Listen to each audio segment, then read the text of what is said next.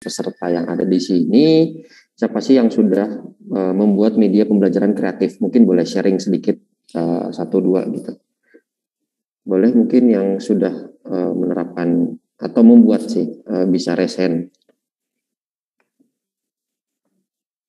Boleh, silakan Bapak Ibu, mungkin ada yang ini dari Rama Wibi, Pak Rama Wibi. Iya, Silakan, boleh, Pak. boleh.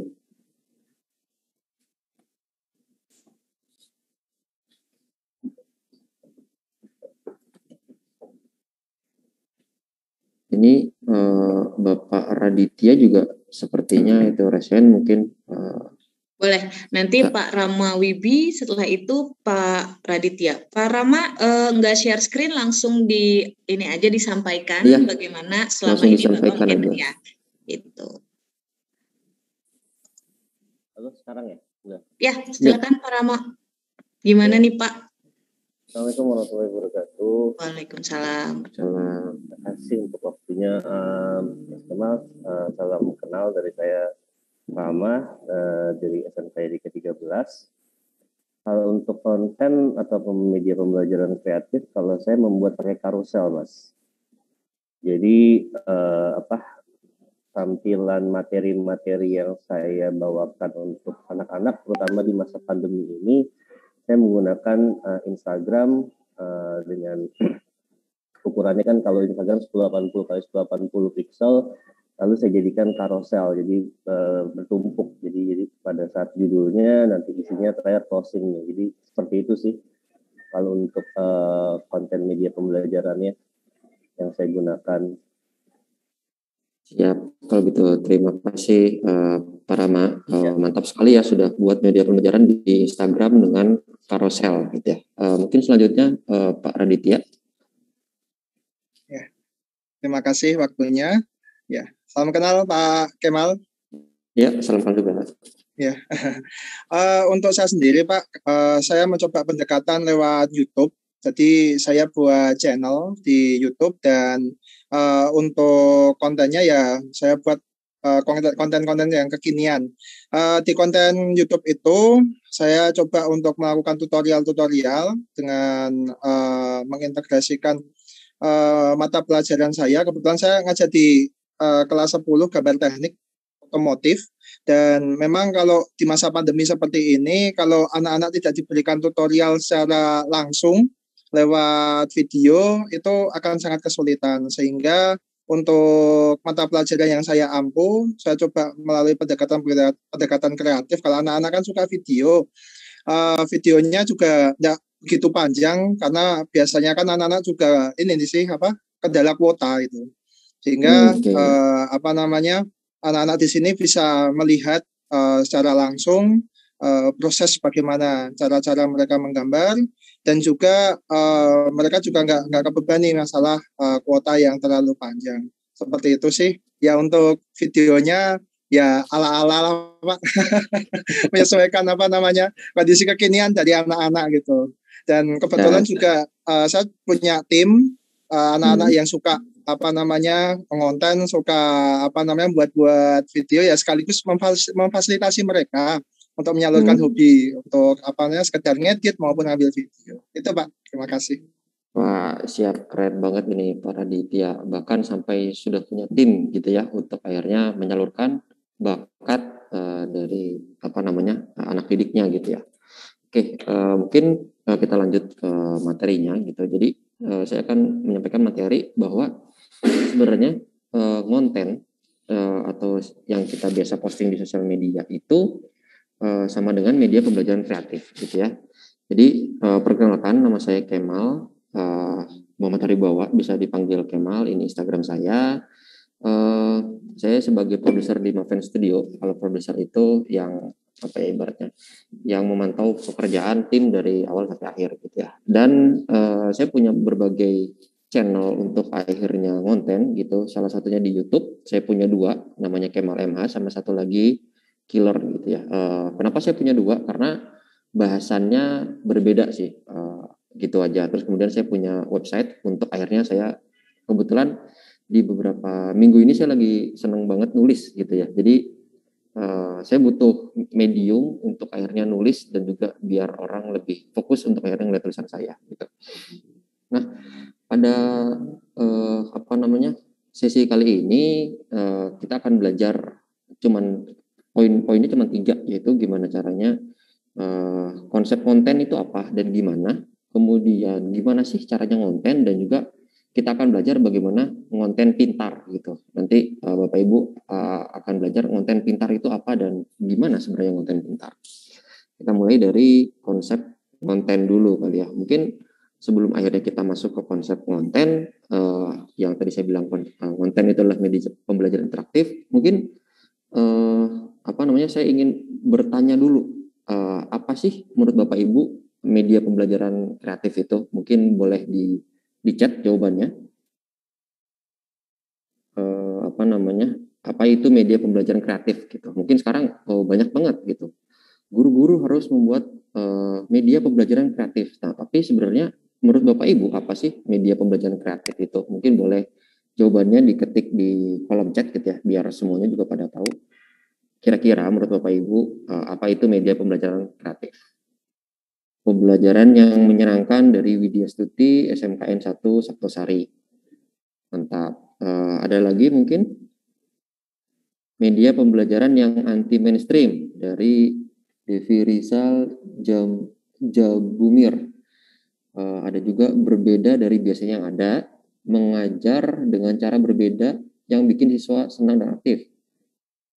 Alat belajar siswa dengan memanfaatkan potensi teknologi dan lain sebagainya. Ini bisa dibaca ya gitu. Yang pada intinya sebenarnya media pembelajaran kreatif itu, kalau dari sini jawabannya saya simpulkan media pembelajaran yang beda dari biasanya atau berbeda dari sebelum-sebelumnya, yang tujuannya selalu tentunya sama ya, membuat minat siswa untuk senang untuk belajar, semangat untuk belajar gitu ya, karena memang itu kan tugas dari seorang guru. Terus kemudian saya ingin bertanya lagi ke Bapak Ibu guru, kenapa sih kita itu butuh media pembelajaran kreatif? Kenapa akhirnya Bapak Ibu guru semua itu diharuskan membuat media pembelajaran kreatif? Mungkin boleh dijawab melalui chat juga. Kenapa akhirnya kita harus media pembelajaran kreatif itu? Kenapa nggak yang biasa-biasa aja atau sebelumnya gitu? Agar siswa tidak bosan, biar tidak bosan, agar pembelajaran menjadi menyenangkan, agar pembelajaran jadi asik, tertarik, memotivasi semangat belajar, biar mudah dipahami materinya. Oke, ini banyak sekali ya, agar lebih menarik. Ini juga karena di masa pandemi guru harus bisa menyampaikan materi dengan mudah kepada siswa agar bisa diterima siswa dan lain sebagainya. Ini banyak banget nih di chat nih gitu. Jadi kalau dari chat ini, kenapa akhirnya Bapak Ibu guru semua atau kita semua butuh media pembelajaran kreatif? Karena memang siswa-siswa yang kita ajarkan itu generasinya bukan generasi kita ya, tentunya generasi di bawah kita, dan tentunya setiap generasi itu memang harus dididik sesuai dengan zamannya masing-masing gitu. Mungkin di zaman Bapak Ibu guru atau di zaman saya masih relate untuk akhirnya ngajarnya by textbook dan lain sebagainya. Tapi sekarang sudah makin banyak, teknologi sudah semakin maju, siswa juga semakin pintar, dan juga kita sebagai pendidik dan sebagai guru harus menyesuaikan dengan perkembangan zaman itu. Oke. Lalu pertanyaannya adalah konten. Konten itu apa sih, gitu ya? Konten itu, kalau ini menurut bahasa saya ya, gitu, adalah kegiatan membuat atau menciptakan sesuatu pada media elektronik yang fungsinya untuk menghibur, memberikan informasi dan sebagainya. Gitu. Kalau dilihat menurut penjelasan saya, berarti kan konten itu sebenarnya membuat konten kan, gitu ya, membuat konten yang ada di internet, gitu. Nah, membuat konten di internet itu tentunya tujuannya banyak sekali gitu Bapak Ibu semua, dan kita untuk akhirnya membuat media pembelajaran interaktif itu juga bisa dikatakan sebagai konten. Bedanya apa? Ini kalau menurut saya bedanya, kalau media pembelajaran interaktif itu kan proses kita membuat metode belajar yang tidak konvensional atau baru atau inovatif, sedangkan konten itu adalah media pembelajaran interaktif yang ditaruh di internet. Gitu ya. Jadi ketika Bapak Ibu tadi misalnya, saya udah bikin nih apa namanya, mungkin ada tulisan-tulisan gitu ya. Kalau mungkin dulu ada di papan tulis, ditulis terus kemudian difoto, itu adalah media pembelajaran interaktif. Nah, konten itu adalah diposting di sosial media. Itu. Jadi sebenarnya konten ini fungsinya sangat banyak banget gitu untuk Bapak Ibu sekalian. Makanya saya bilang konten itu sama dengan media pembelajaran interaktif gitu. Karena saat ini siswa-siswa tuh bisa milih dia ingin belajar seperti apa. Gitu. Mungkin kalau dia yang sukanya nulis, ya mereka akan cari media-media pembelajaran yang bentuknya tulisan. Kalau mereka lebih suka lihat video gitu ya, contohnya kayak saya akan lebih banyak ngelihat pelajaran-pelajaran yang bentuknya video gitu. Dan ketika misalnya udah buntu nih di video, pasti kita akan balik lagi ke tulisan atau bertanya kepada guru. Nah, di zaman sekarang ini apa namanya? Mungkin kita ngerasa nggak percaya diri ya dengan banyaknya konten yang bagus di internet gitu. Saya juga sangat memahami hal tersebut, apalagi untuk kita yang mungkin apa ya, bisa dikatakan gaptek gitu ya, gaptek teknologi, mungkin kita akan minder gitu. Waduh, konten apa namanya, sekolah sebelah mungkin lebih bagus, atau misalnya konten yang bukan guru lebih bagus gitu. Apa namanya, akhirnya kita minder untuk bikin konten gitu. Tapi menurut saya nggak perlu minder sih, karena kalau konten itu nggak perlu bagus, konten ya konten aja dulu gitu, bikin dulu gitu. Jadi karena kita kan tujuannya mulia ya, untuk akhirnya mengajarkan anak-anak biar anak-anak juga makin ngerti. Jadi ya nggak perlu bagus juga, konten aja dulu. Urusan bagus itu belakangan. Karena apa? Karena semua konten itu pada awalnya juga jelek kok gitu. Tanya siapapun, semua orang yang baru pertama kali belajar, semua orang yang baru pertama kali buat itu hasilnya pasti nggak akan sempurna, pasti hasilnya ya udah jelek gitu. Tapi itu kan namanya juga proses belajar gitu ya, nanti yang akan makin apa namanya, makin lama juga kita akan makin jago gitu. Mungkin Bapak Ibu guru di awal-awal pas masih apa namanya, praktek magang, untuk praktek ngajar juga nggak se apa namanya, se-advance sekarang gitu, mungkin masih grogi dan sebagainya, tapi makin lama ngajarnya juga akan semakin apa namanya, semakin jago kan. Begitu juga dengan konten sebenarnya kayak gitu. Saya kasih beberapa contoh konten yang sangat sederhana tapi bisa ditiru dan menurut saya itu sangat menarik ya gitu. Dan mungkin sebagian orang ngira itu bukan konten, sebagian orang mungkin ngira itu bukan media pembelajaran. Tapi saya berpikir semuanya bisa jadi media pembelajaran di internet gitu. Contohnya ini saya nge-follow salah satu apa ya, penulis buku mungkin matematika, Kusartati Saptorini. Ya, ini postingan Facebooknya ya, bisa dilihat sama Bapak Ibu guru. Dia cuman nulis judulnya Matmin Matwa kelas 10. Terus kemudian dia ngefoto, bener-bener ngefoto nih rumus-rumus yang ada di buku dan cara penyelesaiannya, dan ada latihan soalnya. Ini kan sebenarnya sesuatu yang apa ya, kalau saya bilang sesuatu yang memang kita kerjakan tiap hari kan gitu. Kalau misalnya ngelesin atau kemudian di sekolah kita kan nulis di papan tulis terus difoto ya kan, itu akhirnya ini bedanya cuma diupload aja di internet gitu, dan jadi akhirnya satu rangkuman rumus-rumus kelas 10 gitu kan. Dan ini bisa dilihat juga yang nge-share banyak banget gitu, padahal ini cuma kumpulan rumus yang belum tentu dibaca sama semuanya, belum tentu dibaca semuanya, tapi orang nge-share hanya karena siapa tahu bermanfaat satu hari gitu kan. Ini aja bisa jadi konten gitu. Jadi mungkin konten sederhananya kalau misalnya di buku-buku ada rumus-rumus, Bapak Ibu bisa ngefoto terus kemudian dikompilasi jadi satu postingan, terus kemudian diposting, itu udah jadi konten menurut saya gitu. Bahkan kalau di beberapa bagian ini beliau ini cuman ngefotoin apa namanya, materi yang ada di buku tulisnya gitu, cuma difotoin aja biasa gitu. Terus kemudian ada lagi bentuk konten dari kuliah dari ITB. Nah ini sangat jadul banget kalau saya lihat ini di YouTube. Kalau misalnya lihat kuliah ITB keywordnya, nanti akan ada video yang ngerekam dosen ITB ngajar di kelas gitu. Dan ini cuma pakai papan tulis dan kapur. Bapak Ibu guru bisa ngerekam pakai HP, dan ini bisa kayak ngajar biasa gitu. Jadi dan yang direkam kayak gini akhirnya diposting, itu bisa jadi konten gitu kan. Bapak Ibu guru mungkin ngejelasin apa dulu mungkin di sekolah atau mungkin nanti di Zoom, di record ngejelasin apa itu bisa diposting lagi gitu kan, untuk akhirnya jadi materi ke orang-orang luar gitu, untuk ngasih tahu atau misalnya nanti ada muridnya yang ngerti bisa nonton lagi materinya gitu kan ya, itu enak banget kan tanpa perlu ngajarin lagi.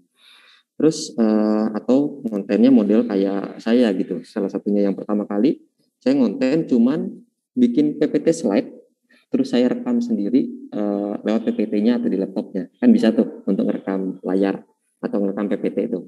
Ini saya cuman kayak presentasi biasa kayak gini aja gitu, saya ngobrol-ngobrol sendiri, saya nerangin sendiri tapi direkam gitu. Desainnya saya pakai PPT, nggak perlu editing, pakai alat yang gratisan, persis banget kayak orang yang presentasi. Itu bisa jadi konten. Bayangkan, sedangkan apa yang Bapak Ibu guru lakukan itu kan menerangkan, terus kemudian menjelaskan, itu sebenarnya bisa jadi konten sebenarnya sehari-harinya gitu. Oke, di sini saya ngasih sebuah quote yang menurut saya relatable.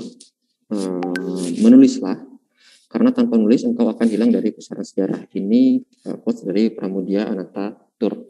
Kenapa saya masukin quotes ini di sini? Karena menurut saya konten itu sama dengan menulis di zaman modern gitu. Orang akan ingat siapa kita, orang akan tahu siapa kita ketika kita ngonten gitu. Bener nggak? Sekarang mungkin Bapak Ibu guru tahulah teman-temannya di sekolah, tapi kita tahu orang lain itu dari mana sih sekarang? Kalau bukan dari internet, dari konten gitu. Dari mulut ke mulut mungkin masih bisa, tapi kalau dari konten kita nggak pernah ketemu, kita nggak pernah ngobrol, nggak pernah kenalan, tapi kita tahu oh orang ini biasa nge-share materi ini gitu. Jadi kita merasa kenal gitu. Maka penting akhirnya untuk Bapak Ibu guru sekarang konten, karena biar dikenal oleh banyak orang gitu. Tulisannya dikenal, kontennya dikenal banyak orang, di-share dan sebagainya gitu. Dan itu menurut saya sangat bermanfaat untuk akhirnya menambah wawasan dan hasanah keilmuan Indonesia gitu. Jadi nggak melulu sekarang tuh kita harus ngelihat ke Inggris gitu atau ke barat-baratan lah ibaratnya gitu. Nyari konten-konten bahasa Inggris, mungkin nggak semua orang bisa bahasa Inggris. Tapi karena Bapak Ibu share konten-konten yang berbahasa Indonesia, maka makin banyak tuh konten-konten berbahasa Indonesia dengan berbagai jenis gitu, sehingga orang-orang bisa belajar sesuai dengan keinginan mereka atau enggak dengan modal-modal mereka kayak gitu. Nah terus selanjutnya gimana sih caranya ngonten gitu ya? Gimana sih caranya ngonten? Gimana caranya mulai? Nah yang paling gampang menurut saya ketika Bapak Ibu bingung konten itu gimana, pertama Bapak Ibu itu harus tentukan dulu topik atau tema yang ingin dibuat kontennya. Misal, kalau saya guru matematika, ya saya akan ngebahas tentang matematika aja, gitu. Yang emang relate, yang emang bisa saya mengerti dan memang saya bisa menguasainya, gitu. Bisa jadi topik atau tema ini dari sesuatu yang Bapak Ibu resahkan atau dari keresahan hati. Contoh adalah kayak gini.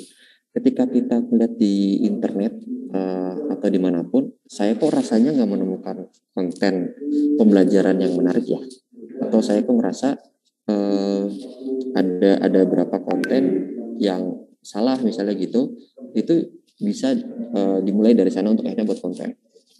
Contohnya kayak gini, kalau Bapak Ibu ngerasa ada rangkuman mata pelajaran, nggak ada rangkuman mata pelajaran di internet gitu ya, yang memang sesuai, ya buat aja rangkuman mata pelajarannya, gitu kan. Kalau Bapak Ibu ngerasa ada contoh mungkin pada majas yang kurang enak, atau kayaknya ini nggak relate deh sama anak-anak kecil, atau misalnya sama siswa ini kayaknya nggak bisa masuk nih si contoh majasnya, ya buat contoh majas yang lebih kena atau yang update. Gitu. Misal ada konten biologi di internet yang terlalu serius, Bapak Ibu kayaknya serius-serius banget nih konten belajar, anak-anak masih suka yang begini, saya buat konten yang ada bercandanya gitu. Jadi bikin konten itu sebenarnya dari keresahan diri sendiri gitu, bukan dari orang lain dan lain sebagainya, dari diri kita sendiri. Nah terus yang jadi pertanyaan, konten yang bagus dan menarik itu gimana? Oke, boleh mungkin Bapak Ibu chat jawabannya, kira-kira konten yang bagus dan menarik itu menurut Bapak Ibu yang gimana sih? Konten yang menarik dan bagus. Simple dan dimengerti. Oke, dari Rama Wibi. Menarik perhatian siswa, dibuat jangan monoton, bermakna, mendidik, menyenangkan, visualnya bagus. Aduh, ada yang sampai visual, ditonton banyak orang, bermanfaat bagi orang lain, yang bisa dinikmati orang lain, singkat, ada lucunya juga, mudah dipahami dan menarik. Nah, bisa dilihat sama Bapak Ibu semua bahwa konten yang bagus dan menarik itu setiap orang punya perspektif sendiri. Jadi relatif ya kalau saya bilang ya, konten bagus dan menarik. Nah, maka itu saya bilang konten yang bagus dan menarik itu adalah konten yang kita sendiri suka melihatnya atau konten yang membuat kita merasa suka. Jadi buat konten yang sekiranya kita suka untuk melihatnya dan sekiranya buat konten yang memang kita suka. Contoh gini, mungkin Bapak Ibu dulu ketika dulu sekolah atau dulu kuliah, mungkin ada 1-2 dosen yang Bapak Ibu sangat suka gaya ngajarnya. Nah, itu bisa jadi satu patokan gimana gaya pembawaan atau konten yang Bapak Ibu akan ajarkan nanti. Gitu. Saya dulu punya dosen yang ngajarnya semua itu disimpelkan, digampangkan, dan saya suka itu. Makanya ketika saya bikin konten, saya membuat sesuatu itu menjadi sangat simpel. Gitu. Misalnya contohnya bilang gelombang audio itu apa sih gitu. Terus dia bilang gelombang audio kan cuma sinkos aja, cuma gini-gini doang. Terus saya pikir, oh kayak gitu ya gitu. Nah, jadi kalau Bapak Ibu ingin buat konten yang menarik dan bagus, itu menurut Bapak Ibu sendiri gimana sih Bapak Ibu konten yang kayak gimana gitu kan. Oke. Ini ada hukum konten menurut saya. Ini coba. Jadi hukum konten itu makin banyak kita konten, maka kita akan terbiasa bikin konten, ya kan? Tentunya kan gitu kan, kayak ngajar tadi. Karena kita terbiasa bikin konten, maka konten kita akan makin bagus, atau cara ngajar kita juga akan makin bagus, kan gitu. Terus kalau konten kita makin bagus, maka akan dilihat orang dan suka, gitu. Setelah dilihat orang, mungkin ada berapa orang yang suka, ada berapa orang yang suka. Nah, orang yang suka ini secara ajaib mereka akan nge-share, gitu. Percaya nggak Bapak Ibu? Orang-orang yang suka dengan konten kita, yang memang suka banget konten kita, dia otomatis akan nge-share dengan sendirinya tanpa kita suruh dan sebagainya, karena mereka emang suka. Dan karena dia nge-share, maka akan banyak dilihat orang. Kayak gitu ya. Itu untuk hukum konten. Nah, kenapa sih kita hanya peduli pada orang yang suka konten kita? Gitu kan, mungkin ya jelas ya, kita sebagai orang tidak bisa memuaskan atau membuat semua orang suka. Begitu juga siswa gitu ya. Kita nggak bisa ngebuat 40 siswa akhirnya suka dengan materi kita, atau kita nggak bisa ngebuat 40 siswa tersebut suka dengan gaya ngajar kita. Tapi yang paling penting adalah ketika dari 40 siswa itu ada beberapa yang suka, misalnya hanya 10 dan 5. 10 dan 5 itu bisa nularin atau bisa nge-share konten-konten kita ke siswa-siswa lainnya, atau mereka bisa ibaratnya akan ngejar-ngejar kita terus gitu. Pernah lah Bapak Ibu guru semua pasti ada siswa yang sangat semangat sekali ke kita gitu. Contohnya kayak tadi Bapak Raditya tadi ya, sampai ada yang siswanya mau ngebantuin gurunya bikin konten gitu. Itu karena mereka suka aja dengan rela dengan sendirinya untuk membantu gurunya gitu. Dan itu sangat penting. Jadi kalau ada yang udah suka dan cocok dengan gaya ngajar kita, pelajarannya itu pasti akan nempel. Benar nggak? Gitu. Karena nggak ada, menurut saya nggak ada pelajaran susah. Yang ada itu adalah kita salah milih guru, atau gurunya ngajarinnya tidak sesuai dengan keinginan siswanya gitu. Dan nanti ketika pelajaran udah nempel, siswanya emang suka, bukan kita lagi yang ngejar mereka, tapi mereka yang akan ngejar kita. Dalam artian mereka nanti akan yang nyari-nyari kita terus gitu. Mungkin beberapa ada siswa yang kayak gitu mungkin sampai saat ini gitu ya. Ada yang kayak kita ngajarnya padahal biasa-biasa aja gitu kan ya. Kalau di kelas mungkin konvensional biasa aja, tapi ada siswa yang suka kayak gitu. Nah, itu siswa-siswa yang suka itu adalah siswa-siswa yang memang cocok dengan kita kayak gitu. Nah, terus ini sudah banyak juga ya sebenarnya pertanyaan-pertanyaannya gitu. Nanti akan kita bahas. Gimana sih caranya ngonten? Gitu. Seperti yang saya bilang tadi, mungkin kita akan overwhelmed dengan banyaknya konten yang susah. Kalau saya bilang ya susah untuk dibuat, tapi nggak usah khawatir. Menurut saya konten itu bisa dimulai dengan apa yang kita bisa dan apa yang kita suka. Jadi kita memaksimalkan kemampuan skill kita saat ini, gitu ya. Yang pertama bentuknya ada dengan foto dengan caption, bisa dilihat ya ini ya. Ini saya quote dari buku Sartarti sama Bapak Gideon Kamang. Kalau Bapak Gideon Kamang ini dosen. Jadi buku ini dia ini kalau bisa dilihat ya, itu gambarnya beliau sedang ngajar Zoom, terus difoto rumus-rumusnya, terus kemudian dia nge-share lagi gitu kan terkait rumus-rumus ini, atau kalau di ini contohnya kalau salah lagi promosi buku tapi di share lah gitu. Ini yang kayak gini aja bisa jadi konten gitu kan, sesuatu yang memang sudah kita lakukan sebelumnya kita foto terus kemudian kita posting jadi konten. Contoh lagi adalah Bapak Gideon Kamang itu, dia kalau ini kebetulan beliau dosen di KP, terus dia suka gambar komik gitu, jadi dia nge-share konten-konten pembelajaran dengan pendekatan komik. Kebetulan dia suka komik gitu, jadi ada diagramnya, terus kemudian ngejelasin materinya lah kayak gitu. Terus konten itu juga bisa dengan Instagram Story. Contohnya kayak gini. Ini ada contoh teman saya untuk akhirnya nge-share gimana sih proses untuk vaksin. Jadi dia nge-share pengalaman untuk vaksin gitu. Nah, Bapak Ibu guru juga bisa nge-share misalnya nih lagi baca buku terus kemudian ada soal yang kayaknya menarik untuk dibahas. Di foto aja terus kemudian dikasih teksnya gitu. Ini saya nemu soal yang kelihatannya susah tapi sebenarnya gampang untuk dikerjakan. Akhirnya dibahas melalui Instagram Story. Gitu kan. Udah kayak share status kalau saya bilang. Nah, gitu. Terus kemudian di sini ada Instagramnya dari Ivan Lani. Beliau itu biasanya yang suka bahasa Indonesia dan akhirnya membakukan beberapa kata-kata gitu.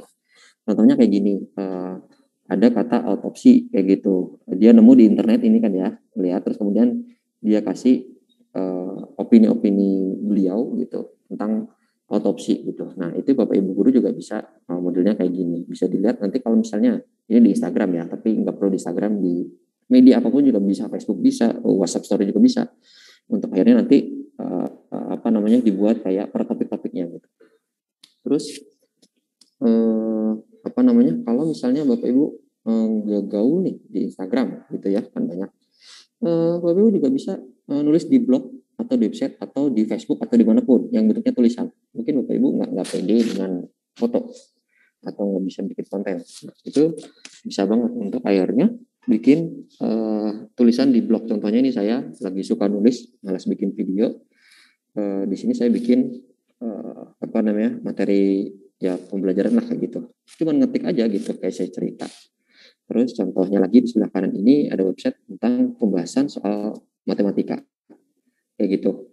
Ya udah dia cuma nulis aja. Saya nggak tahu dia beneran emang ngerjain soalnya atau emang itu kopas kayak gitu kan. Yang penting ditulis aja dulu, konten dulu gitu kan. Masalah nanti bentuknya atau tidak sesuai ekspektasi nggak masalah, yang penting buat dulu aja. Kemudian ini saya kemarin ngeliat dan itu lucu dan juga menarik juga ya, saya patut diapresiasi orang-orang yang bikin video dan ngomong. Ini contohnya ada dari Ibu Iva Mairisti itu, jadi dia guru matematika, dia ngobrol di depan kamera gitu, lucu banget tapi keren sih. Ngobrol di depan kamera terus nanti ada PPT-nya gitu, terus dia ngejelasin pakai slide gitu, terus dia ngomong ngejelasin pakai slide. Itu kalau misalnya Bapak Ibu sangat pede untuk akhirnya video ngomong di depan kamera gitu. Terus ini ada Jeremy Pauline yang kayak tulisannya rumus cepat ini, terus dia ngejelasin rumus cepat kayak gini itu ngerjainnya gimana gitu. Nanti dia bawakan tulis tuh biasanya, terus dia coret-coret gitu. Kayak gitu aja bisa jadi konten pembelajaran kreatif gitu. Jadi bentuknya banyak banget. Kalau misalnya Bapak Ibu suka dengan video tapi nggak pede untuk akhirnya ngobrol depan kamera, gimana sih gitu ya? Bisa dengan video dan teks. Mungkin ini banyak di video-video TikTok kalau kita lihat atau apapun itu yang modelnya kayak gini. Dia tuh cuma di videoin gini, terus nanti dikasih teks, sisanya kan gitu.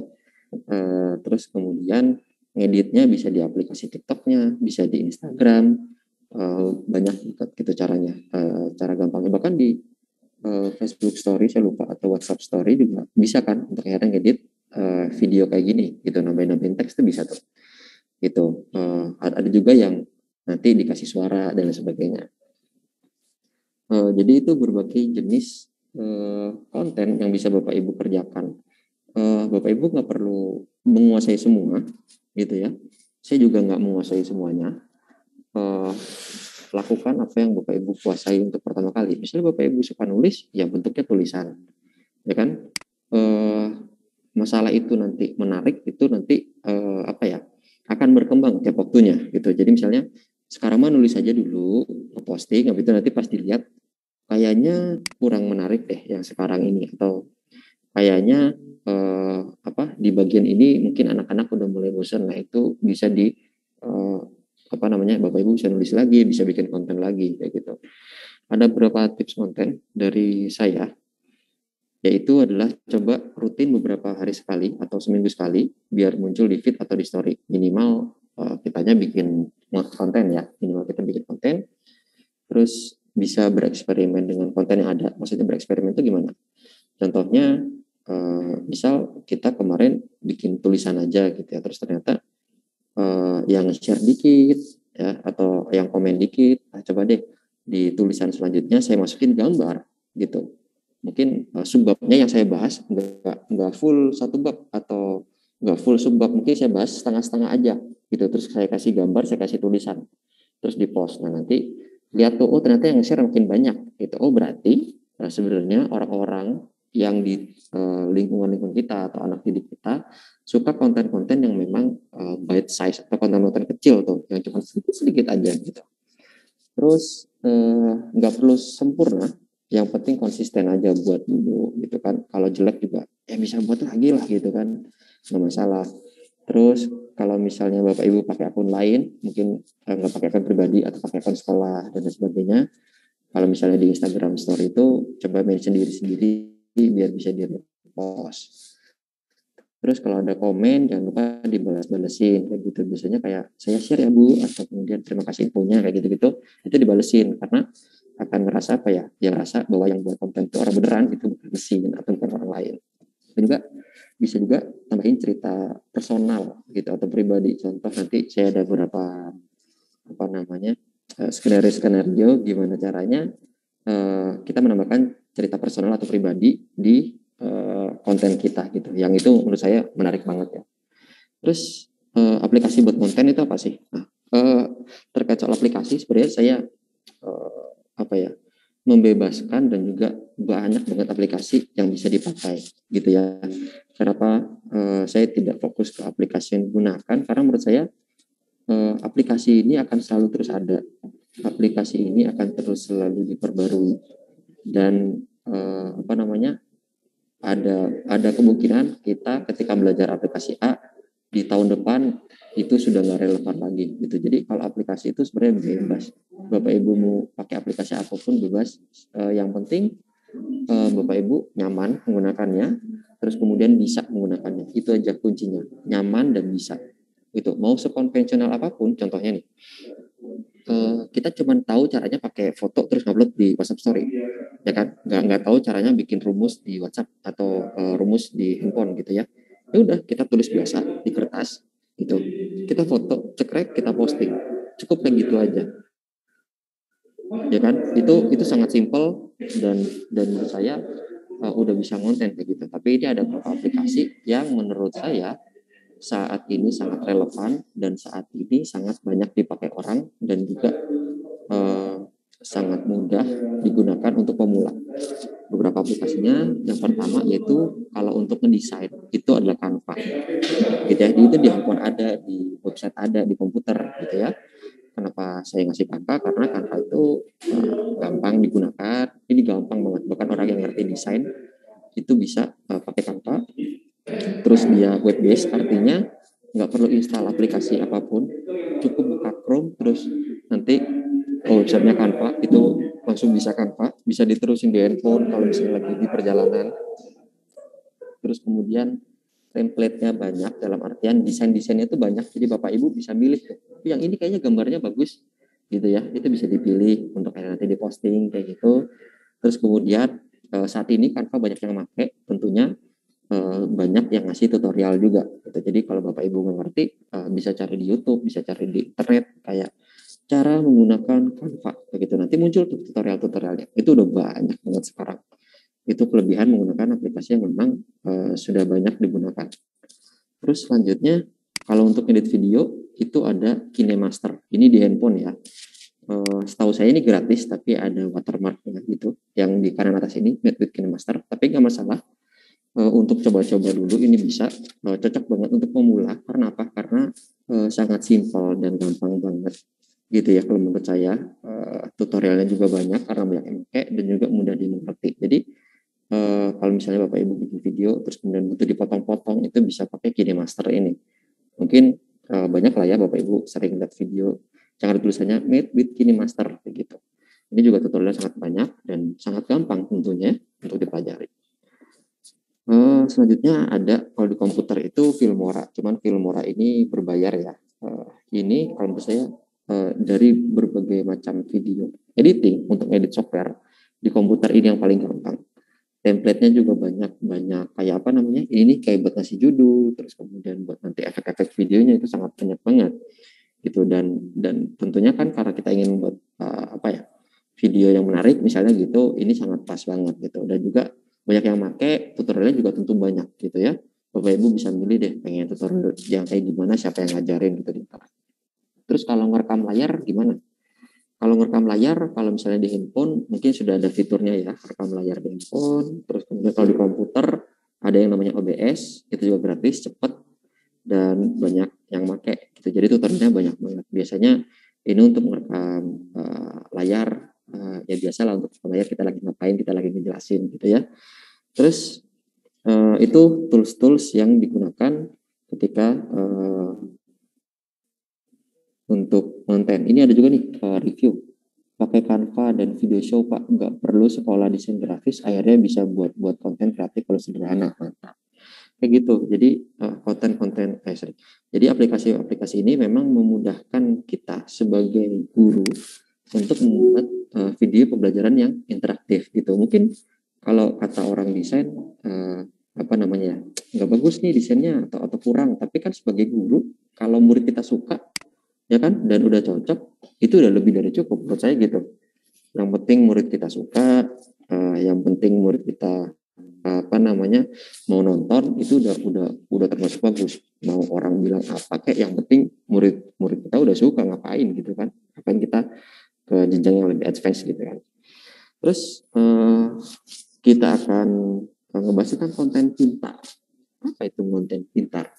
Gitu. Mungkin bisa cerita 1-2 dari Bapak Ibu guru di sini, kendala-kendalanya saat konten. Boleh mungkin bisa raise beberapa orang untuk cerita keresahan saat konten, biar bisa sharing langsung gitu. Silakan Bapak Ibu acungkan tangannya yang mau berbagi. Apa sih keresahannya ketika ngonten tadi kata Mas Kemal ya?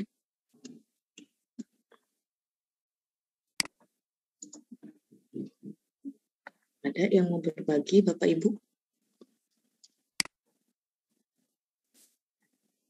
Kayaknya udah jago-jago konten ya Bapak Ibu ya Mas Kemal ya. Tadi juga kayaknya sesungguhnya kita sudah biasa ngonten karena kita pasti rutin update status di Facebook atau Instagram katanya gitu. Oke, mantap. Iya sih. Kalau tanya boleh nggak? Wah udah pada nggak sabar nanya nih Mas Kemal. Itu tuh Ibu Susi kayaknya. Mana? Bu Susi. Boleh Bu Susi, silakan Bu Susi.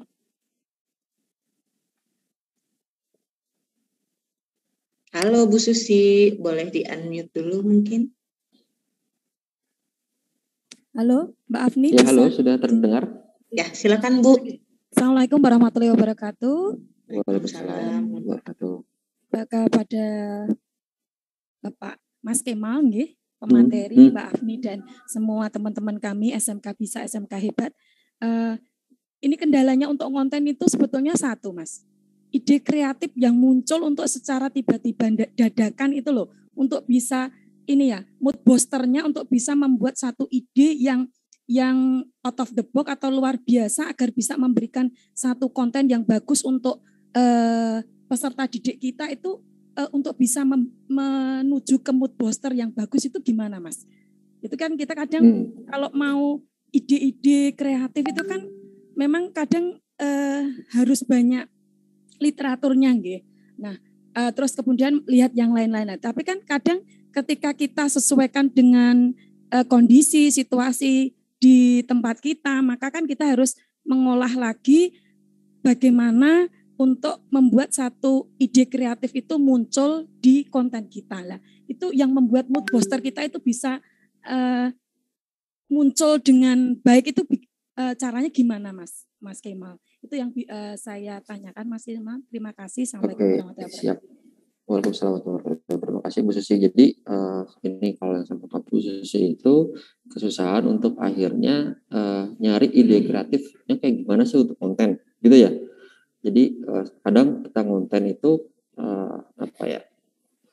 kepikiran gitu, ini gimana ya yang kreatif gitu, gimana yang akhirnya out of the box gitu. Jadi lebih ke idenya gimana. Mungkin ada satu lagi Bapak Ibu yang punya kendala untuk konten gitu ya. Boleh Mas Kemal? Satu lagi. Ya boleh Ibu, silakan Ibu. Assalamualaikum warahmatullahi wabarakatuh. Saya Yunita dari SMK 1 Payakumbuh, Mas Kemal. Sebagai guru kita kan terbiasa menyampaikan banyak informasi kepada siswa. Dan di zaman sekarang daring, itu interaksi itu kan terbatas. Makanya seperti yang saya tulis di chat tadi, guru-guru sesungguhnya sudah biasa membuat konten, mau di Instagram ataupun di FB. Nah, saya sebagai guru, kendala saya ketika ngonten itu terlalu banyak yang mau saya sampaikan di kepala saya, tapi bagaimana mentransformnya dalam bentuk space yang terbatas begitu kan, sehingga apa yang saya ingin sampaikan itu nyampe ke anak-anak yang saya kirimin konten itu masih kadang-kadang ketika kita buat, wah nggak nyampe nih, kita sendiri ketika lihat respon anak-anak udah merasakan nggak nyampe seperti yang kalau kita di kelas ada dialog, terus kita merasa nggak nyampe, kita bisa ulang kembali. Sementara di konten itu kadang-kadang nggak bisa kita lakukan. Nah, gimana kalau saya sih mau dibagi sering, gimana saya mempres informasi itu supaya kontennya tetap minimalis ya, karena kalau terlalu besar kontennya kan nanti juga susah untuk diambil oleh anak-anak kita. Jadi kontennya minimalis tapi informasinya komplit. Nah, itu yang masih menjadi kendala yang kadang-kadang masih kami alami itu barangkali Mas. Oke, terima kasih Bu. Jadi kalau Bu Yunta ini terkait permasalahan kontennya itu terlalu banyak informasi, sedangkan waktunya itu atau durasi untuk akhirnya menyampaikannya itu sangat sedikit gitu ya. Gitu. Nah, inilah fungsinya untuk adanya konten pintar menurut saya gitu. Jadi konten pintar itu apa sih? Konten pintar itu mungkin ini bisa menjawab pertanyaan Bapak Ibu semua, yaitu adalah konten yang sudah direncanakan di awal atau satu konten untuk berbagai sosmed dan berbagai bentuk. Nah, ini gimana sih gitu ya? Mungkin kalau kita saat ngajar gitu ya, mungkin waktunya emang sedikit gitu ya, ya ngajar mengajar ya ibaratnya gitu. Tapi untuk akhirnya di luar ngajar itu kan kita bisa menggunakan media-media lain. Nah, contohnya konten pintar itu gimana? Contohnya begini, ini Bapak Ibu setiap ngajar kan pasti sekarang di Zoom ya, bisa di-record ya, betul?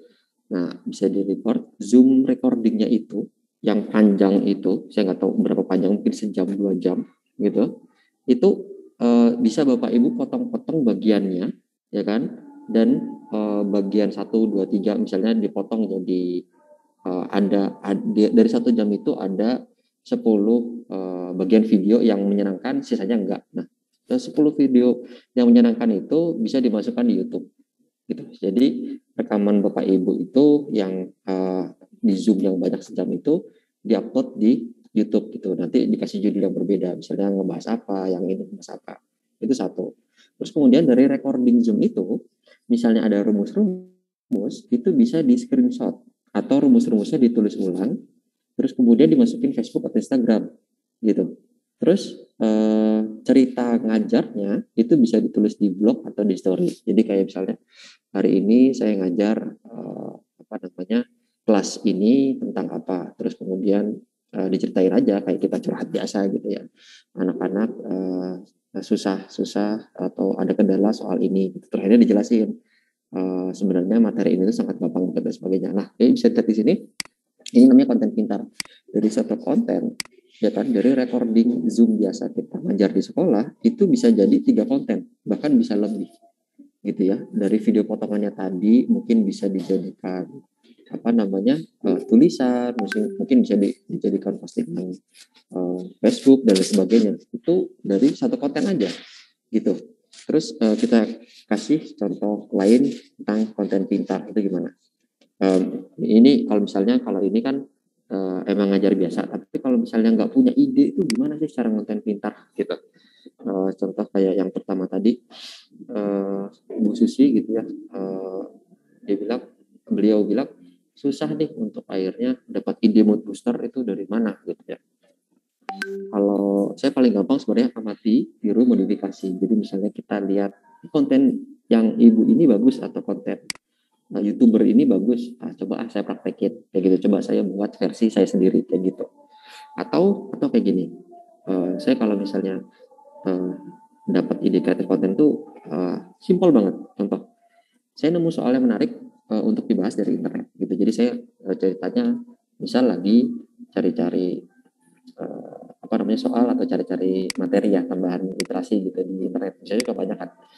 Kemudian saya ngeliat ini kan bahasannya bisa saya sederhanakan. Berarti gitu, saya punya rumus cepatnya nih, atau saya pernah lihat rumus cepatnya di mana gitu. Nah, itu tuh bisa jadi konten. Sesuatu yang akhirnya bisa kita bahas, itu bisa jadi konten. Kita bisa buat video penyelesaian dan penjelasannya di YouTube gitu. Jadi kita bisa mungkin ambil kamera gitu, terus kemudian jelasin, ini ada soal, saya nemu begini, gimana sih cara nyelesainnya cepat, bisa gitu, itu bisa ditaruh di YouTube. Bisa juga ibu bapak taruh di Instagram atau WhatsApp, atau bisa jadi tambahan untuk anak-anak gitu ya, kalau misalnya ketemu soal-soal yang kayak gini. Terus kemudian cara cepatnya gitu ya, itu bisa dimasukin di Facebook atau Instagram gitu. Misalnya bentuknya tulisan aja kayak gitu, coret-coretannya tadi kan habis direkam, terus kemudian nanti ada kertasnya kan gitu kan. Nah, kertasnya itu bisa difoto terus masukin di Facebook atau Instagram, itu jadi konten lagi, udah jadi konten yang berbeda banget gitu. Jadi kalau orang yang mau lihat YouTube-nya mungkin karena panjang, mereka bisa lihat langsung hasilnya tuh gimana gitu. Itu bisa di Facebook atau Instagram, cuman di foto doang. Setelah kita videoin terus kita foto, itu udah jadi 2 konten. Terus kemudian tulis penjelasan dan penyelesaian detailnya di blog gitu. Mungkin setelah diposting di Facebook, kayak mungkin ada yang butuh penjelasan lainnya atau ada yang bertanya, itu tuh bisa kita tulis lagi di Facebook gitu ya. Sebenarnya itu gampang. Terus kemudian kita buat lagi rumusnya, buat lagi penjelasannya dan sebagainya, itu bisa kita tulis di blog atau di Facebook ya. Bisa dilihat juga ini dari satu video aja gitu, dari satu soal yang kita temukan di internet gitu. Jadi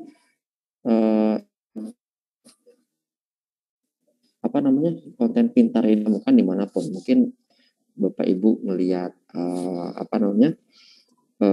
diskusi anak-anak di grup gitu ya, anak-anak didik, atau kemudian Bapak Ibu melihat cara ngajar Bapak Ibu atau rekan-rekan yang lain, kayaknya menarik deh gitu, saya suka, coba saya bikin deh gitu. Atau saya pengen ngebawainnya dengan cara yang berbeda, atau saya pengen, ini sebenarnya kan kalau matematika gitu ya, banyak jalan menuju Roma kan ya. Nah, kalau misalnya Bapak Raditya ngajarnya pakai rumus A, Bu Susi nyelesainnya pakai rumus B kayak gitu, itu juga bisa kayak gitu. Jadi murid itu tidak terpatok untuk akhirnya soal ini hanya bisa diselesaikan dengan model A gitu, nggak terpatok gitu. Jadi kayak bisa model B, model C gitu. Dan nanti anak-anak itu akan milih sendiri, mereka lebih serap yang mana sih sebenarnya gitu. Kalau lebih serap yang Ibu Susi, ya pakai caranya Ibu Susi gitu. Kalau misalnya lebih serap pakai caranya Pak Raditya, ya pakai caranya Pak Raditya gitu. Jadi nggak ada nggak ada yang lebih bagus atau lebih jelek gitu, semuanya sama-sama bagus, tinggal jalannya aja beda gitu. Jadi mereka akan milih jalannya sendiri. Mungkin kalau matematika akan lebih ke Bu Susi misalnya gitu, tapi untuk ke bahasa Indonesia gitu mereka akan ke Paraditya misalnya kayak gitu. Mereka akan nyari jalan-jalannya sendiri kayak gitu, mereka akan cari-cari sendiri kayak gitu. Dan itu nggak usah kalau saya bilang nggak usah diambil hati ya, ibaratnya kalau ternyata Praditya lebih bagus bahasa Indonesia, saya juga harus lebih bagus, nggak perlu gitu. Karena apa? Karena semua orang punya kelebihan, punya kekurangan juga gitu. Kalau saya emang jago matematika, ya anak-anak pasti datang ke saya karena matematika, bukan karena yang lain gitu. Jadi nggak masalah gitu. Ya, karena kan tugas kita bukan berlomba-lomba ya, lebih tepatnya kayak mengisi ruang-ruang kecil gitu. Jadi kayak Parditya bahasa Indonesia, ya saya matematika aja gitu, nggak apa-apa gitu. Terus kemudian ini ada contoh konten pintar lainnya. Nah ini video sendiri dari YouTube. Jadi kalau tadi misalnya Bapak Ibu sudah bikin video sendiri di YouTube gitu ya, udah punya video sendiri di YouTube. Video-video ini potongannya kecil-kecil, misalnya kan suka dari 10 menit video panjang itu ada bagian bagusnya kan gitu. Nah itu bisa dipotong terus dimasukin Facebook atau Instagram gitu. Cuman bagian sedikit aja, mungkin 30 detik, 1 menitnya gitu. Yang intinya itu bisa dimasukin Facebook atau Instagram.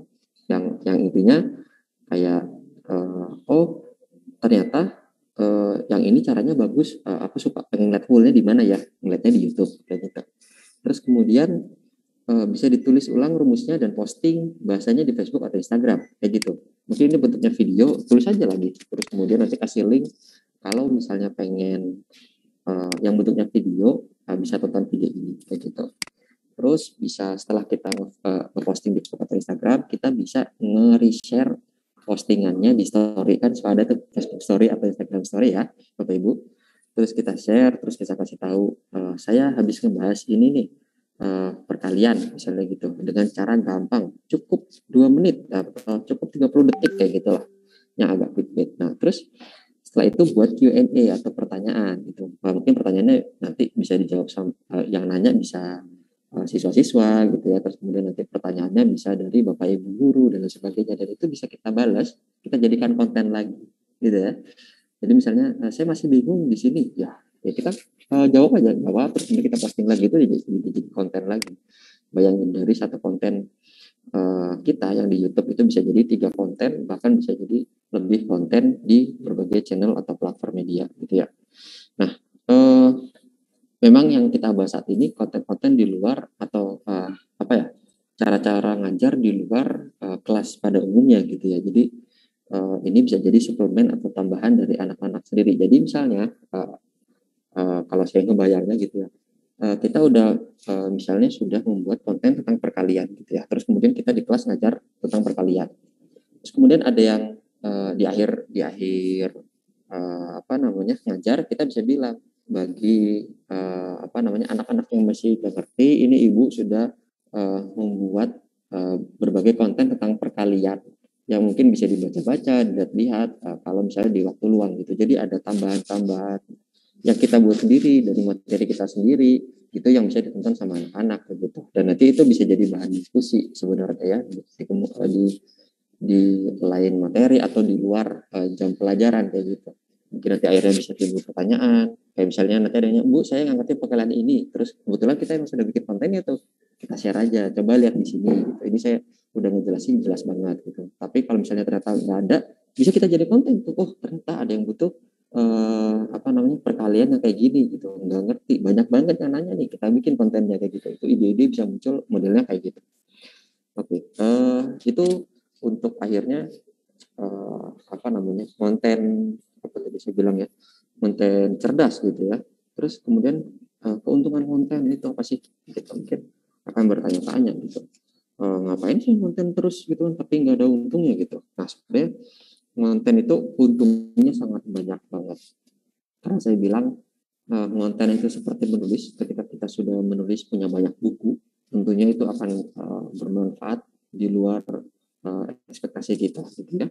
Dan yang perlu diperhatikan, konten itu permainan jangka panjang, yang artinya kita buat dan posting sekarang, hasilnya itu nggak besok Bapak Ibu. Jadi kita buat konten, hasilnya itu nggak langsung besok ada yang tiba-tiba suka, atau besok tiba-tiba ada yang nge-share atau bagaimana. Sebulan atau setahun kemudian baru orang tahu konten kita gitu. Jadi ini kalau saya bilang kayak investasi gitu ya, kalau konten gitu ya. Jadi ini perlu mindset tersendiri gitu. Jadi konten itu kayak kita nimbun emas gitu, nggak langsung untung kan di hari itu. Mungkin setahun ke depan kita baru untung gitu. Nah, beberapa keuntungan konten. Pertama, setiap orang punya cara ngajar yang berbeda, maka dengan gaya atau cara ngajar kita yang berbeda, akan ada beberapa orang yang setia mantengin konten kita gitu ya. Seperti saya bilang tadi, dari 40 orang yang suka mungkin hanya 20, tapi 20 itu sangat setia banget untuk mantengin konten kita. Terus kemudian makin banyak kita konten, maka kita nggak perlu ngejelasin lagi apa yang sudah dibuat. Kayak tadi saya bilang, ada yang ngerti soal perkalian, kita nggak perlu ngejelasin lagi soal perkalian. Ini ada videonya bisa dibaca. Gitu. Baru kalau nggak ngerti kita bisa berdiskusi, terus kemudian kita bisa menjawabnya langsung. Gitu.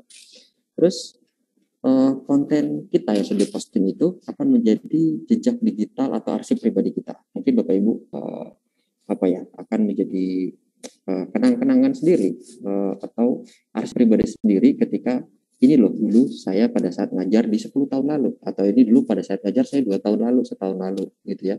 Ini ada arsip pribadi buat diri kita sendiri sebenarnya gitu. Oh dulu saya ngajarnya kayak gini ya ternyata, tapi sekarang saya sudah berubah banget kayak gitu. Atau oh dulu metode yang ini udah gak berlaku lagi, sekarang ada metode yang paling baru kayak gitu. Ini akan jadi jejak digital kita, akan jadi arsip pribadi kita, yang dimana nanti kalau orang nyari misalnya Pak Deddy Purwadi itu siapa sih gitu, pas kita ngeliat oh ternyata beliau suka nge-share ini, nge-share itu gitu ya. Jadi orang-orang itu akan tahu sendiri gitu, oh beliau memang guru yang sangat bagus dari Majalengka gitu.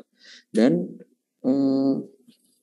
ketika konten kita udah bagus, sudah sering, beberapa orang sudah percaya, hanya beberapa aja, cukup beberapa aja, orang itu akan merekomendasikan konten kita gitu. Ketika orang sudah merekomendasikan konten kita, maka mungkin banyak orang yang nonton dan akan jadi suka atau fans, kalau saya bilang ya. Ibaratnya mungkin di sekolah kita hanya punya 40 siswa, dari 40 siswa itu yang suka konten kita ada 10, tapi mereka akan dengan sukarela nge-share itu ke sosial media mereka atau ngasih tahu ke teman-teman mereka yang lain. Terus kemudian teman mereka ngasih tahu ke yang lain, ada suka. Dari 10 orang itu nanti mereka nyebar misalnya ke 20 orang, dari 20 orang mungkin dapat 5, jadi 15 tuh. Udah, kita punya 5 anak didik baru di luar, atau orang yang suka, siswa yang suka sama kita di luar sekolah kita, 5 orang baru hanya dengan kita nggak ngapa-ngapain tuh ibaratnya. Anak-anak tersebut yang share konten kita. Dan kalau kita konten kita jadi di repost atau tersebar lewat mulut ke mulut, kayak matematika mah yang ini aja, ini bagus kok ngajarinnya itu, maka kita akan di-link beberapa brand atau acara gitu. Percaya nggak percaya gitu ya. Jadi kalau misalnya kita ngajarinnya bagus tuh, nanti tuh kayak ada acara sekolah lain, atau kemudian nanti ada acara dari perusahaan lain, atau dari atau bimbingan belajar atau apa, kayak ngedatengin guru ini kayaknya bagus deh, dia pinter banget matematika, dia sering share konten tentang matematika dan sebagainya. Nanti kita akan pasti dilihat lah, dikontak minimal kayak gitu, bisa ngisi acara kita atau enggak kayak gitu-gitu. Itu kemungkinannya banyak banget. Atau misalnya tersebar mulut ke mulut, mungkin bukan dari siswanya, mungkin dari ibu-ibunya atau dari orang tuanya, kayak si bapak ini ngajar matematikanya bagus, saya pengen dia jadi guru les anak saya, bisa sampai kayak gitu. Bahkan bapak ibu bisa ditanya, buka les nggak ya, kayak gitu, hanya karena kita konten kita terlihat oleh orang lain kayak gitu, sampai ada kayak gitu, bisa buka les nggak ya, bisa ngajar anak saya nggak ya, berapa harganya gitu. Yang kayak gitu tuh bisa sampai terjadi. Terus kemudian selanjutnya adalah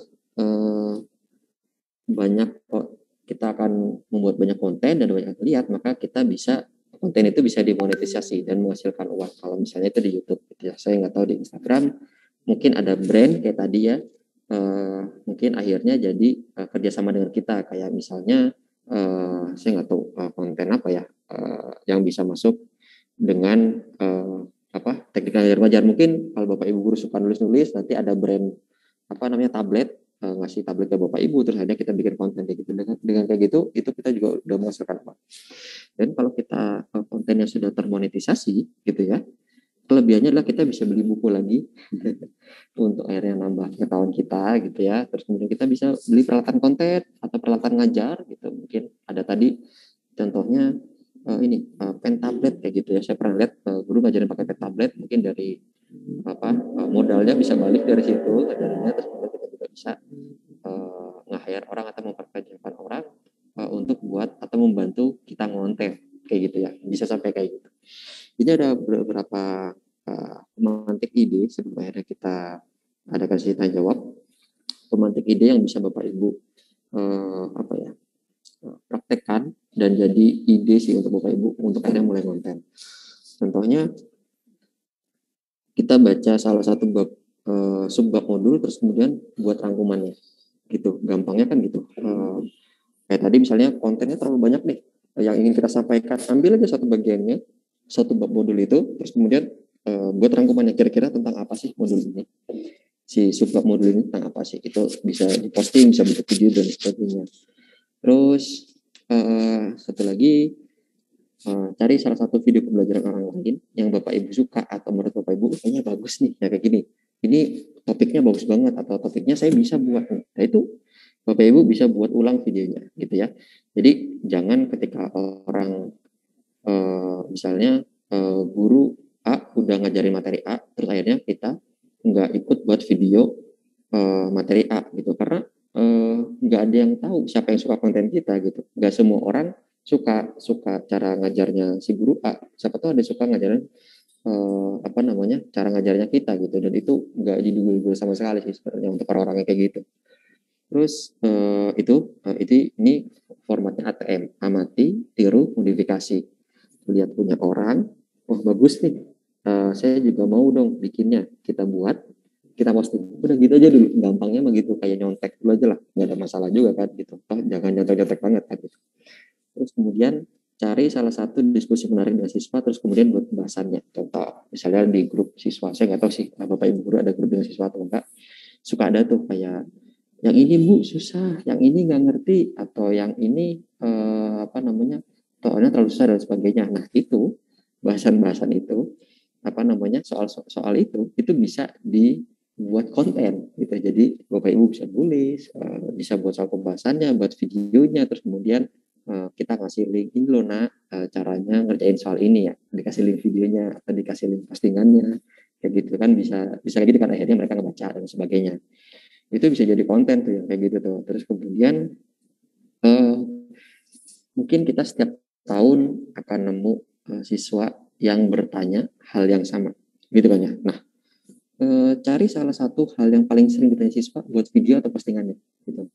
Apapun itu pasti Bapak Ibu pas setiap tahun kita ngajarin materi yang sama kan ya, dan pasti ada aja siswa yang kayaknya kesusahan, pasti setiap tahun kesusahan di bagian itu. Nah itu tuh bisa dibuat postingannya atau video atau penjelasannya kayak gitu. Itu jadi konten lagi gitu. Jadi nanti ketika tahun selanjutnya tidak ada siswa yang bertanya seperti itu, berarti kita berhasil untuk akhirnya mendidik mereka keluar dari permasalahan tersebut gitu. Jadi kalau tiap tahun pertanyaannya selalu sama, berarti akan ada masalah kan di materi tersebut. Nah kita tuh harus cari solusinya gitu kan. Semoga tahun depannya lagi mereka udah nggak nanya itu, karena mereka udah tahu hal yang lain. Bisa jadi akan pindah ke pertanyaan selanjutnya yang memang lebih advance gitu. Terakhir dari saya, terus belajar dan terus mencoba, karena kita kan memang diciptakan untuk kita terus belajar ya sampai akhir hayat nanti. Kita adalah kita saat kita meninggal nanti, kalau saya bilang gitu. Jadi terus belajar, terus mencoba, nggak ada salahnya. Salah itu wajar, saya bilang gitu. Salah juga sebuah proses dalam hidup kita. Pun kalau salah, kita kan juga bisa memperbaikinya gitu. Jadi terus belajar untuk Bapak Ibu guru semua, ikuti semua yang memang bermanfaat buat Bapak Ibu. Dan dari saya terima kasih. Assalamualaikum warahmatullahi wabarakatuh. Terima kasih. Waalaikumsalam warahmatullahi wabarakatuh. Wah, Mas Kemal ini seru banget nih. Udah ngasih banyak hal ya di 1 jam kita ini 1 jam ini nih, banyak banget daging semuanya.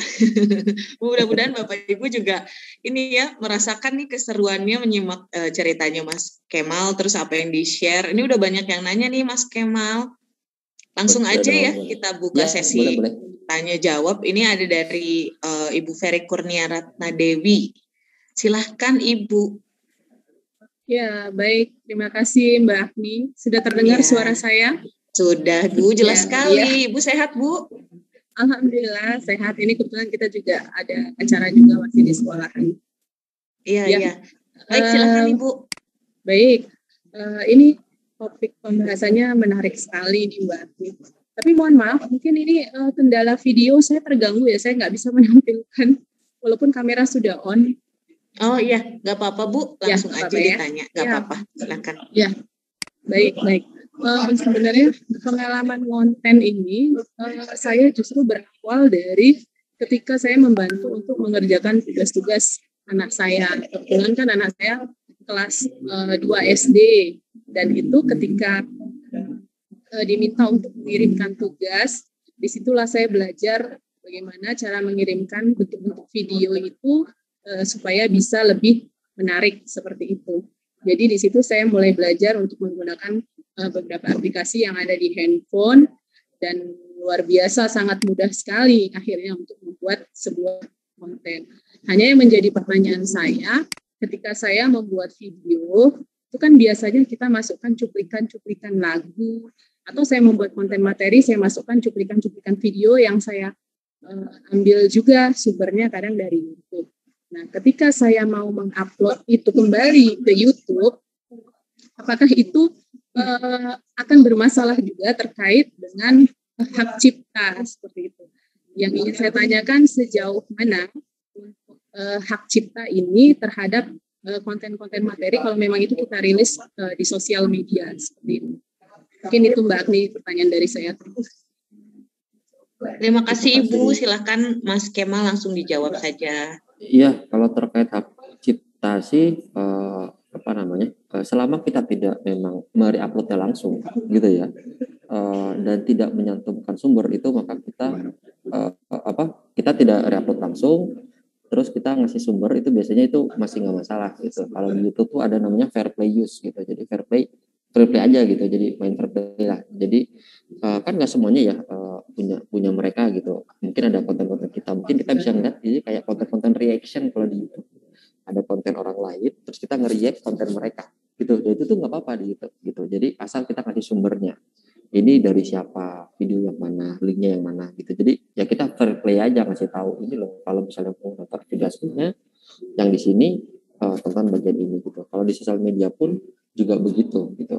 Yang penting kita tuh ngasih tahu sumbernya aja sih sebenarnya gitu, dan jangan mengklaim itu adalah punya kita gitu. Lebih ke situ sih Bu sebenarnya kalau untuk hak cipta sendiri gitu. Jadi konten yang sebagian itu punya mereka, tapi konten keseluruhan itu punya kita, karena kan kita mengkompilasi ibaratnya atau menambah dengan konten-konten yang kita punya gitu. Saya pikir sih kayak gitu untuk konten-konten terkait hak cipta. Baik, terima kasih Mas Kemal. Mas Kemal mungkin bisa dikasih referensi juga ya kalau misalnya di Instagram atau di TikTok misalnya itu kan sudah ada lagu-lagu ya yang bisa langsung dimasukin gitu. Tapi biasanya kalau untuk bikin video kan Bapak Ibu ini mungkin bisa cari di link yang mana gitu, atau Mas Kemal mungkin punya referensi untuk penambahan lagu-lagu tuh bisa diambil di mana ya gitu. Oh gitu. Ada nggak sih Mas Kemal? Ada biasanya yang paling gampang itu keywordnya free copyright music biasanya gitu, atau free musik atau free royalty gitu. Biasanya YouTube itu punya, terus kemudian tempat-tempat lain itu punya. Biasanya mereka langsung di YouTube carinya Mas Kemal ya. Ya ini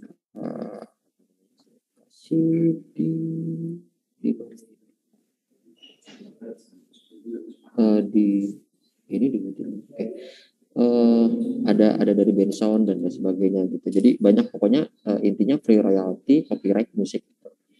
Biasanya mereka cuma meminta kita untuk akhirnya mencantumkan link di mana kita download atau sumber musik tersebut gitu. Jadi cuma itu aja gitu kalau untuk copyright musik gitu.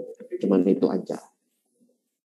Ada lagi mungkin? Oke, ada Mas Kemal tentu saja. Boleh dong.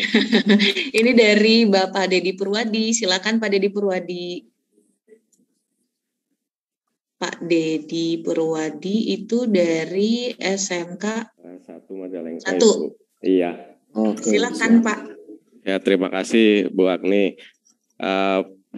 Lumayan hebat Pak Kemal untuk sesi kali ini karena memang terhubung dengan pembelajaran kita sekarang Pak yang sedang pandemi ya. Jadi memang kita harus banyak-banyak mencari ide untuk pembelajaran interaktif. Salah satunya mungkin Pak pembelajaran interaktif itu kan bisa di YouTube, terus Facebook dan lain sebagainya. Nah, yang selama kita kenal ini kan rata-ratanya itu Pak cuma Instagram, Facebook, YouTube, terus satu lagi mungkin TikTok mungkin ya. Nah, untuk platform mana saja Pak kira-kira yang Pak Kemal sarankan untuk bisa kita pakai sebagai media pembelajaran interaktif dan kelebihannya apa biar nanti kita pada saat kita pakai ternyata punya kelebihan ini, kelebihan itu. Oke, terima kasih Pak Kemal, itu saja. Assalamualaikum.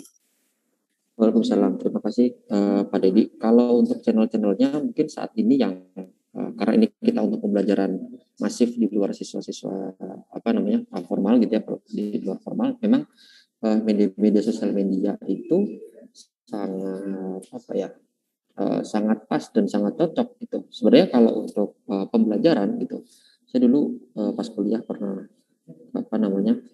dapat kayak materi blended learning gitu. Jadi ngajarin iya, tapi online juga iya. Nah, online-nya itu kita biasanya kayak pakai Google Classroom, terus pakai dulu tuh Kuiper, Edmodo kayak gitu. Nah, cuman kalau yang itu kan agak sedikit kompleks ya, maksudnya agak sedikit susah karena yang seperti itu akan sangat bermanfaat, berguna ketika semua siswa atau semua sekolah, satu sekolah itu tergabung dalam satu sistem gitu ya.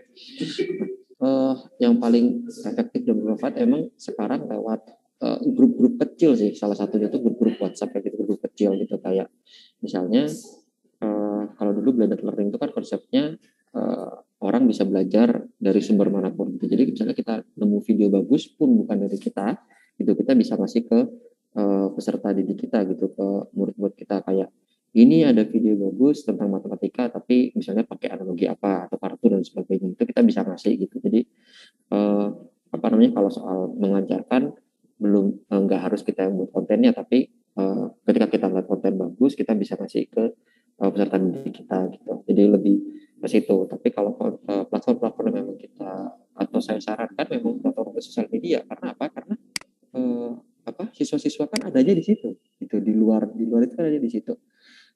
Di luar itu adanya di di Facebook, di Instagram atau di WhatsApp atau di manapun gitu. Terus bahkan saya pernah pas itu saya lagi bercanda sama teman saya, ekstrim banget, belajar pada saat main PUBG gitu. Jadi sambil belajar gitu kan, sambil main PUBG itu sambil belajar gitu. Udah ngerjain belum yang ini. Saya pernah lihat gitu, ada teman saya juga yang kayak gitu, ngomongin tugas di PUBG biar nggak kelihatan sama gurunya gitu. Jadi kan maksudnya game-game itu juga bisa jadi tempat belajar gitu.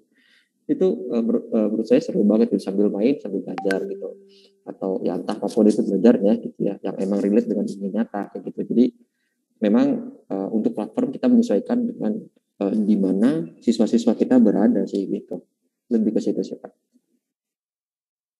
Ya, terima kasih Pak Kemal. Untuk yang tadi Pak, yang tulisan itu Pak Kemal ditaruhnya di apa ya Pak ya? Iya, kalau tulisan saya di website gitu. Jadi saya bikin website gitu ya, website pribadi, WordPress sih sebenarnya, kayak blogspot gitu. Jadi saya nulis sendiri kayak gitu. Karena kalau di Facebook mungkin orang akan nyarinya susah kali ya. Kalau di website kan ya lebih pribadi lah, lebih personal gitu. Jadi orang bisa melihat seluruh informasi kita itu di website kita gitu. Jadi apapun itu, banyak sih sekarang tutorialnya cara bikin website, beli website dengan WordPress kayak gitu. Jadi tipenya sebenarnya ngeblok. Dulu kan pernah ada ya guru go online terus akhirnya ngeblok. Nah itu tuh ya kayak gitulah contohnya, tulis gitu aja. Ya, siap, makasih Pak Kemal. Ya, sama-sama. Menarik banget ya, seperti juga tadi yang Pak Raditya sampaikan ya di awal, bahwa melibatkan murid juga bisa ya Mas Kemal ya, untuk akhirnya membuat konten gitu. Melibatkan murid-murid dan akhirnya justru mungkin bukan Bapak Ibu yang muncul di kontennya, justru murid-murid lagi gitu, dan mungkin juga membicarakan topiknya bersama gitu. Itu juga menarik. Iya, betul. Itu saya pernah jadi kalau saya pernah baca pembelajaran itu sangat pembelajaran itu kan bentuknya ke atas, ke bawah, sama ke samping. Ke atas kita nyari guru, ke bawah kita ngajarin, ke samping itu kita sharing gitu. Jadi ketika ada murid yang ngajarin ke temennya itu saya yakin itu akan pasti lebih masuk gitu. Karena apa? Karena kita ngobrol sama teman, mereka ngobrol sama teman, sama partner, jadi mereka kayak sharing gitu. Jadi ketika akhirnya mereka ibaratnya masuk konten gitu ya, cerita sendiri ke teman-temannya atau akhirnya mereka kasih tahu ke teman yang lain, itu saya yakin materinya sangat masuk gitu. Jadi kalau pembelajaran tuh modelnya gitu, ke atas kita nyari guru gitu kan, ke bawah kita ngajarin, terus kemudian ke samping itu adalah kita sharing gitu ke teman-teman kita. Pasti ya Bapak Ibu guru juga pasti akan sangat ibaratnya ilmunya lebih nangkep lah ketika dikasih tahu sama teman sendiri gitu, walaupun nggak formal banget tapi kayak gitu ternyata intinya lebih ke situ sih. Itu juga seru gitu.